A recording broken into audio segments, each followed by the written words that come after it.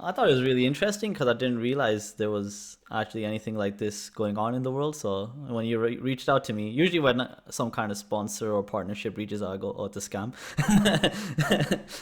So I looked at it, I checked, oh, like, oh, this all looks legit to me. So I was kind of just surprised because I thought there'd be more people that you'd probably could get involved in this kind of project. But I was really happy because for me, like, I love historical movies, so it was more of how can we get more people involved and interested in this kind of subject matter. And I wasn't like, I never asked you anything about like what's in it for me or anything like that. It was just, okay, yeah, I want to get involved, this is something I'm passionate about, and if I can help you guys in some way, well, I'd really love to.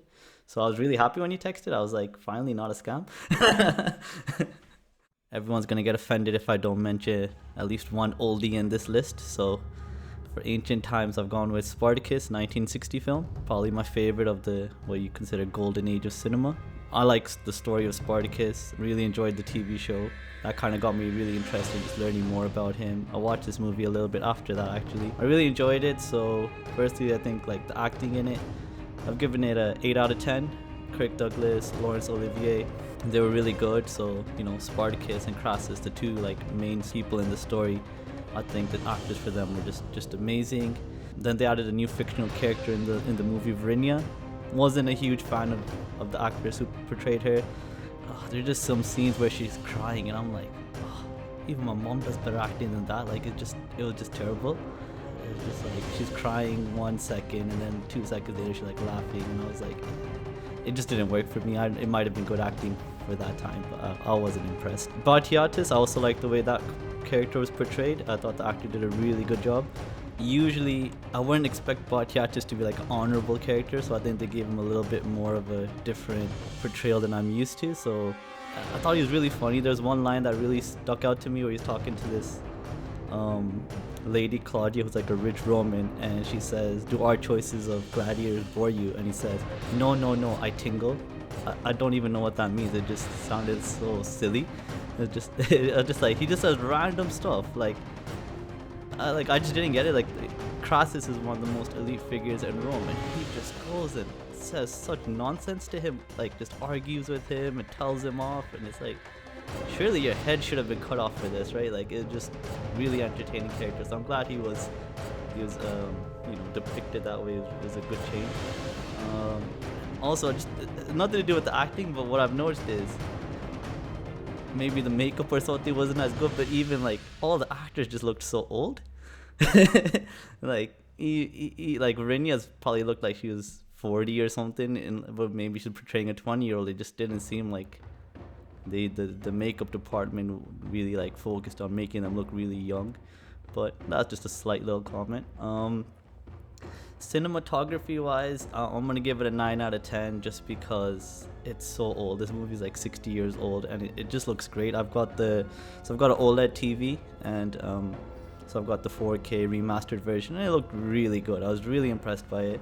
Um, and I think the first scene in the mines where all the slaves are there just like toiling away, that looked so realistic to me. You could see so much detail in the rocks, in the mountain, in the picks. So I was like, for 60 years old, you're really not going to get much better than this.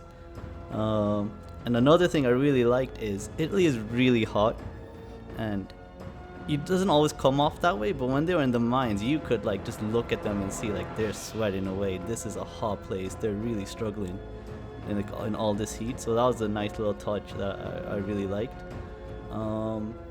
And I think another thing that stuck out to me cinematography wise, which I've seen done a couple of times but not as well, is at the end of the big battle at the end of the big battle where Crassus is defeated Spartacus's forces, you see this huge pile of dead people on the floor and on the ground, and it was just like quite mesmerizing. You don't really think about the carnage that comes after the battle, and I think it was a good 2 minutes of just zooming out, and all you see is bodies, and then zoom in and you see like just little children dead, women dead, and it just really hit you.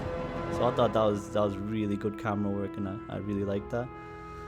So screenplay wise, I'm gonna give it an 8 out of 10. The plot was really interesting. Like I said, I'm already quite familiar with Spartacus's story, and I just thought there was enough new things added. They took enough liberty and added some new twists that I wasn't expecting.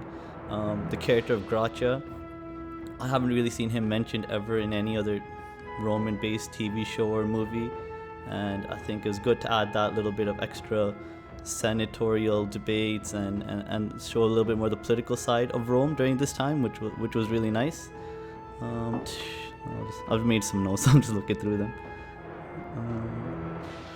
I don't. One thing I didn't like is, I don't know if this goes under cinematography or screenplay. It's just they spend so much time walking. Like, I know they're trying to portray passage of time and, like, you know, they're going from one destination to another, but there's literally like 3-4 minutes of just them riding a horse or just going through different visual landscapes, and I think I probably saved like 40 minutes just by skipping through those scenes. And it's just, I think we've come a long way and we figured out better ways to transition from one event to another. So that was a little bit that I found a bit frustrating. I don't know if that really goes in screenplay or a different setting, but it just stuck out to me. Dialogue in the first half was quite minimal. They just didn't have like that much communication between the gladiators.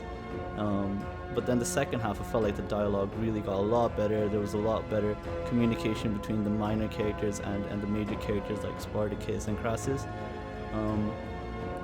And I think like a really important part of any good historical movie is the pre-battle speech.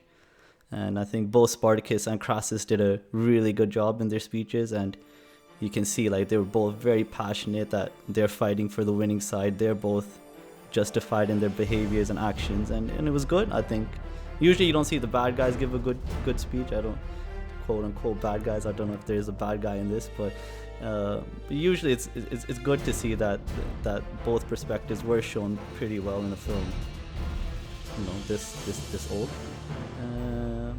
Another minor critique is, well, I have one minor critique and one major one. One is there was no development of any other gladiator except Spartacus, you know, Crixus, Ananias. There's so many other gladiators that were involved in this revolt, and Crixus gets mentioned by name like twice, but there's no detail of why he's so important, what he's actually contributing to the rebellion. And what it's also important because Crixus and Spartacus split the forces at one point, which makes it a lot easier for the Romans to defeat them, and I think that would have been quite an interesting avenue for the movie to consider, and they probably should have depicted that kind of rebelliousness in the rebels amongst each other a little bit better, because they all just looked so in tune with each other, like there was no issue. They were just like a merry band of rebels, and it was just a little bit one note, I think. And my last and major critique is probably with the last scene of the movie. Vinia's holding like a baby to a crucified Spartacus. There's all these Romans watching, and no one's thinking, what is she doing? Why is she showing this random slave a baby? And everyone's just like, oh look, just a woman crying holding someone's leg. And it's like, I think it could have just wrapped up a little bit better, but overall really good. The soundtrack elements I always kind of struggle with. I'm not a big audio kind of guy. Like even when I put a sound bar on, I'll notice a big difference, but it's not like something I'm not an audiophile. It's not something I put a lot of thought into. But soundtrack wise, I gave it a 7 out of 10. I thought some scenes were really heightened by the background music, but there's no real part of the soundtrack that I still remember, or if I heard it I can like identify if this is from the Spartacus movie. But I think the background music for the last battle was really good. That was probably the main standout for me, and there was some interesting background sound effects and music when Crassus slaps Spartacus and then Spartacus spits in his face. That scene, like the background music did such a good job of building the tension and just like highlighting how angry Crassus was at this like horrible rebellious action towards him. He's just not used to that kind of behavior. So you can see that this really irritated him and made him want to kill Spartacus right there and then. Costume design, I'm gonna give it an 8 out of 10. I am not a history expert in any means. Like I've not studied history or like gone to like through many textbooks. I just like watching historical movies and TV shows. So for me, it looked great. I thought it was an 8 out of 10. It's 60 years old, limited budget compared to what we have today. The costumes for the gladiators were good. The equipment, the weapons they were using, like the trident and the net combination looked to be the right, size and length and quality. The single sword is something you would see a gladiator use. So I thought overall, yeah, it was good. I also like that Crassus was the only one wearing purple amongst the Romans. It's a very expensive color to produce during that time. So I was happy to see that they did recognize that only the most elite would be able to afford such a luxurious color, and they only had Crassus wear it. And the Romans, their armor and weapons looked great. I think the gladius pretty much was the main weapon of the Romans, so they all seem to have that. Another thing that stuck out to me is at the end of the scene where you see the bruises the shackles make on Spartacus's wrists. Really well done. I think they were subtle enough that they don't immediately catch your attention, but when you see them, you're like, oh wow, this guy has been through a lot, and he's fighting now with bruised wrists, and he's probably going to be able to still put up a very decent fight. So production design wise, I'm going to give it a 9 out of 10. The mines were amazing. That's a great way to open a film. It was just so realistic. The Roman Senate, probably smaller than I would have expected, but still got the point across very well. You could tell these are the elite politicians of the time. Batiatus's villa, that was really well done, and the rebel camps looked a little bit too clean for what I would have expected a rebel camp to look like, but overall they looked like low quality tents. No one had any nice sofas or no nice beds or anything. Looked like they were struggling, but managing to do pretty well for themselves. Historical world building, I'm gonna give it a 6 out of 10. I touched upon it a little bit earlier, but for me it's a big miss that they didn't talk anything about the feud between Crixus and Spartacus. Also, the movie starts off saying Spartacus was born a slave, but he wasn't. He was most likely some kind of Thracian auxiliary soldier in the Roman army. He was brought into Rome as a slave or a gladiator, so I think it's kind of just it was an easy thing they could have fixed. I don't see why they needed to say he was just born as a slave to a slave woman working in the mines. It just didn't really add anything. And another major thing that kind of noticed was the Battle of Mount Vesuvius. It wasn't portrayed accurately at all, and it's a very fascinating battle. They're besieged, they're running out of food. Spartacus is quite desperate at this point, and he figures out he can take some long vines, connect them together and sneak down the backside of the mountain and ambush the soldiers. That would have been much more interesting than a night raid. That's been done hundreds of times, and the real historical way of doing it would have been much more interesting. But overall, I'm going to give Spartacus, considering its age and just how entertaining it is overall, an 8 out of 10, and it's probably one of my most favorite movies of the ancient era.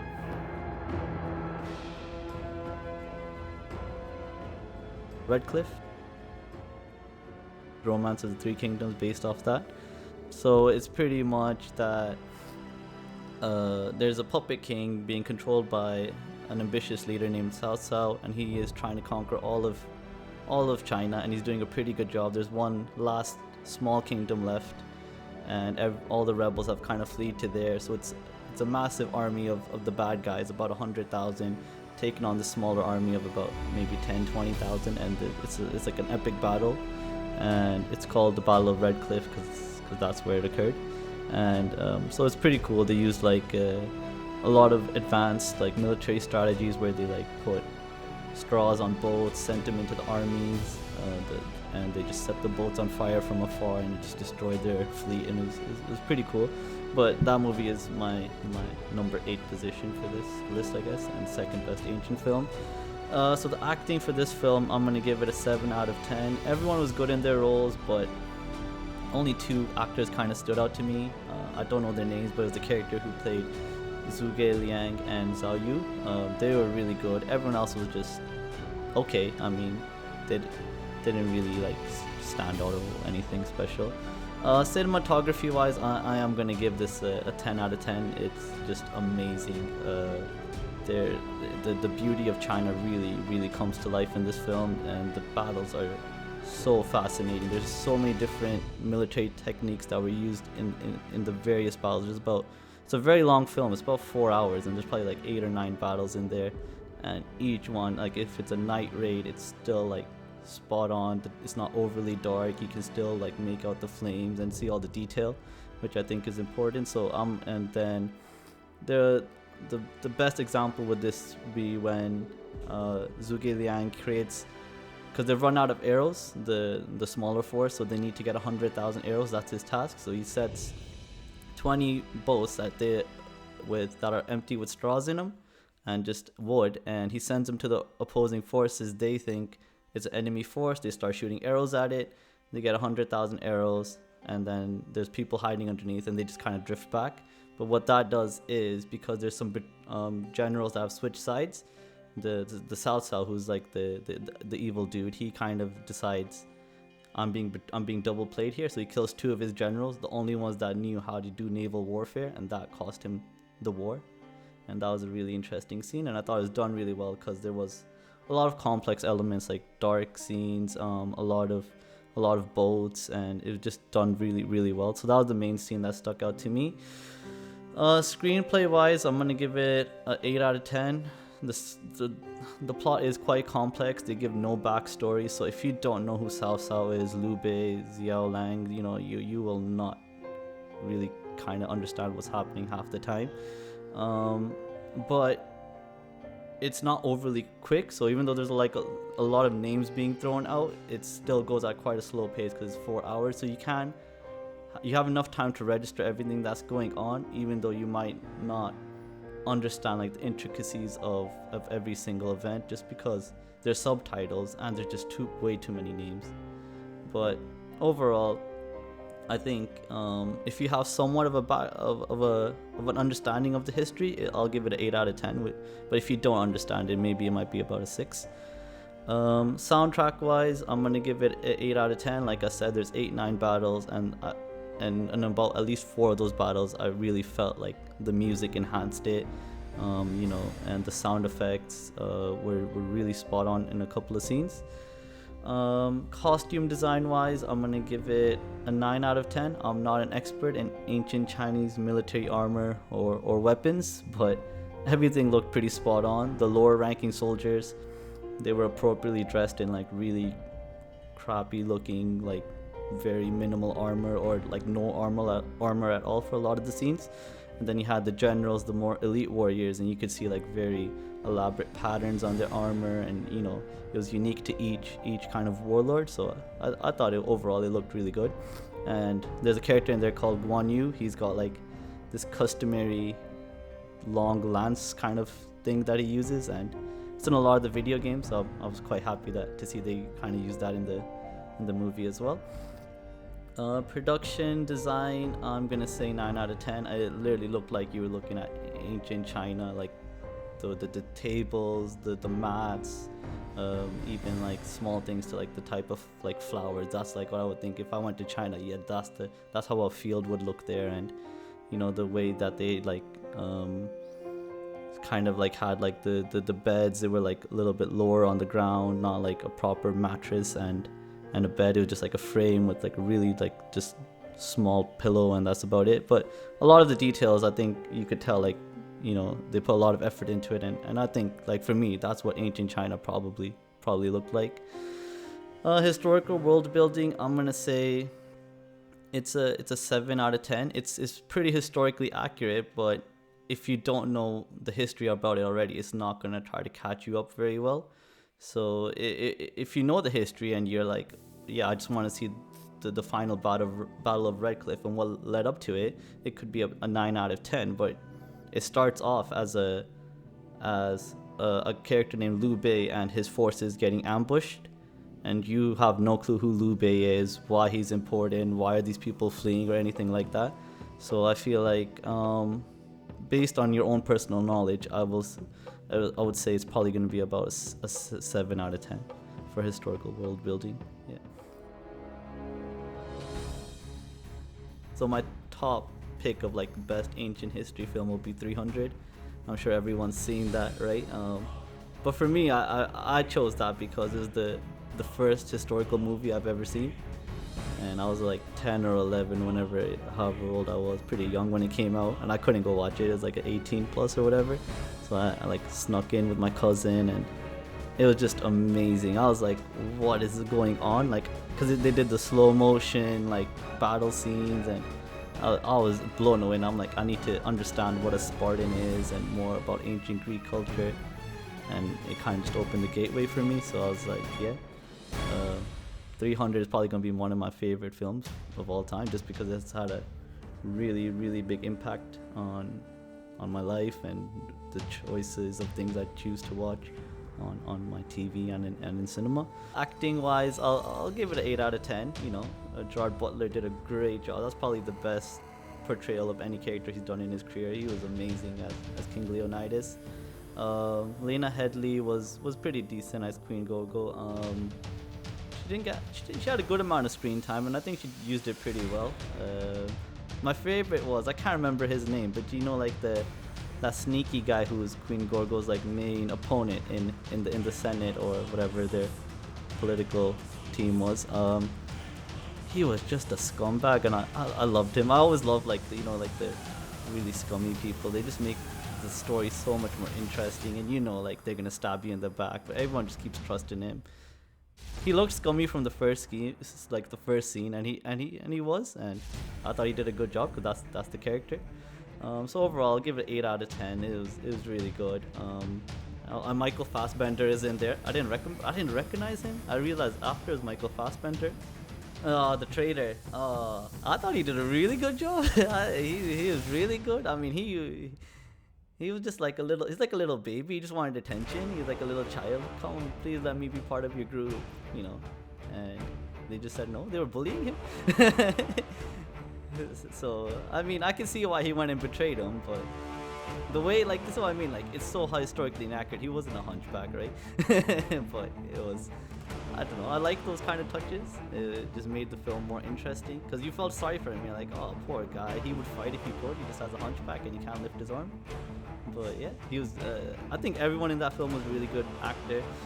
Maybe not Xerxes. I wasn't a fan of the way he was portrayed at all. And the guy didn't really do much acting, kind of just sat there with the stern look, didn't he? What was the next thing? It goes cinematography. Yeah, I'm gonna give it a 9 out of 10. I still can remember that scene where they're all stood on Mount Thermopylae, and they're just looking down in the sea, and they can see thousands and thousands of boats, and it looks like so terrifying for me just watching it from a screen. But it was like, wow, they really brought home just how big this new army is, the one that's coming to face them, the Persian army. I really like the slow motion fighting. I thought it was good. Some people think they overdid it. I think they did it just right. I wasn't sick of it by the end, so I really enjoyed that. I think that's probably one of my favorite aspects of the film, where they just kind of slowed it down and just turned it into like a comic book, didn't they? Like, just, it was really interesting. I've not seen that anywhere else really done that well either.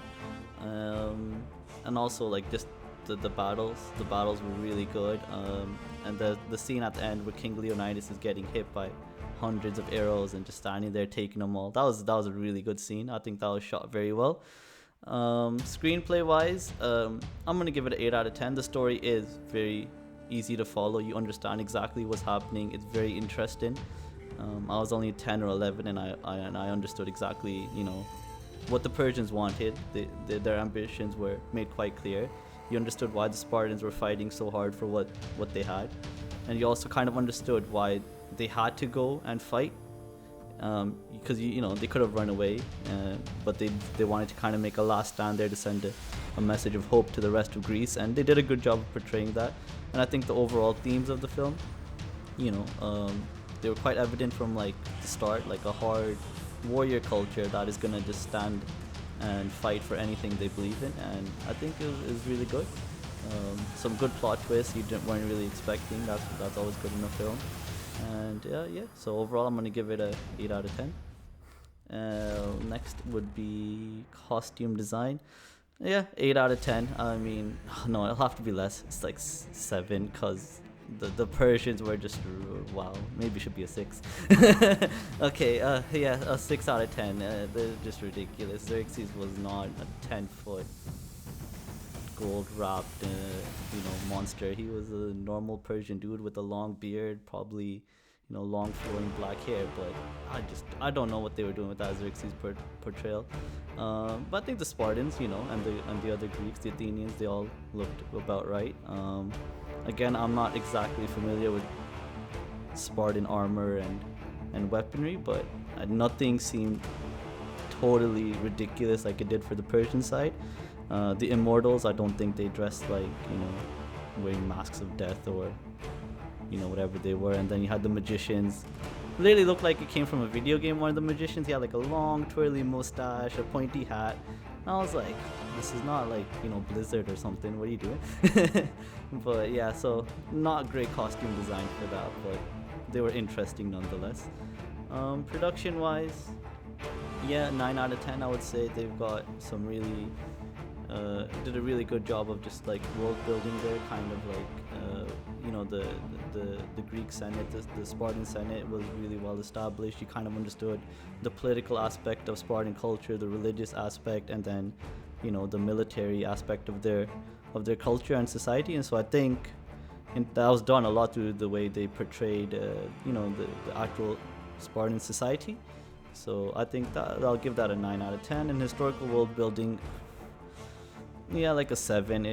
It's not historically accurate by any means, but I think they got the general timeline, the way the events were portrayed overall were okay. The timeline was correct, and I think just like the battles, they were fought like quite fiercely in the beginning, and then you can kind of see the lull when the Persians start to kind of struggle to like get past this barrier of 300. I mean, was it like 2,000 Greek soldiers, whatever it was. So I think that was really good, but they didn't really mention at all the naval battles that were occurring at the same time. That was quite important. They do bring it up in the sequel, but I think that probably should have got some kind of shout out. They don't mention at all the other Greek forces that were there helping them. It looked kind of just like there was 300 Spartans and that's it. But overall, I think I'll give it a 7 out of 10. It could have been worse. I think 300 did it right, but even the sequel didn't do it as good. I think there was something in that movie that probably can't be replicated, you know what I mean? Like, if anyone tries to do a slow-mo fight scene, hand-to-hand combat, they're just gonna be like, oh, 300 rip-off. But I think it did really like increase the demand for historical movies for a bit after that, because even the kids in school that don't like history at all had seen 300 and they were like, wow, 6-packs, these guys are so strong.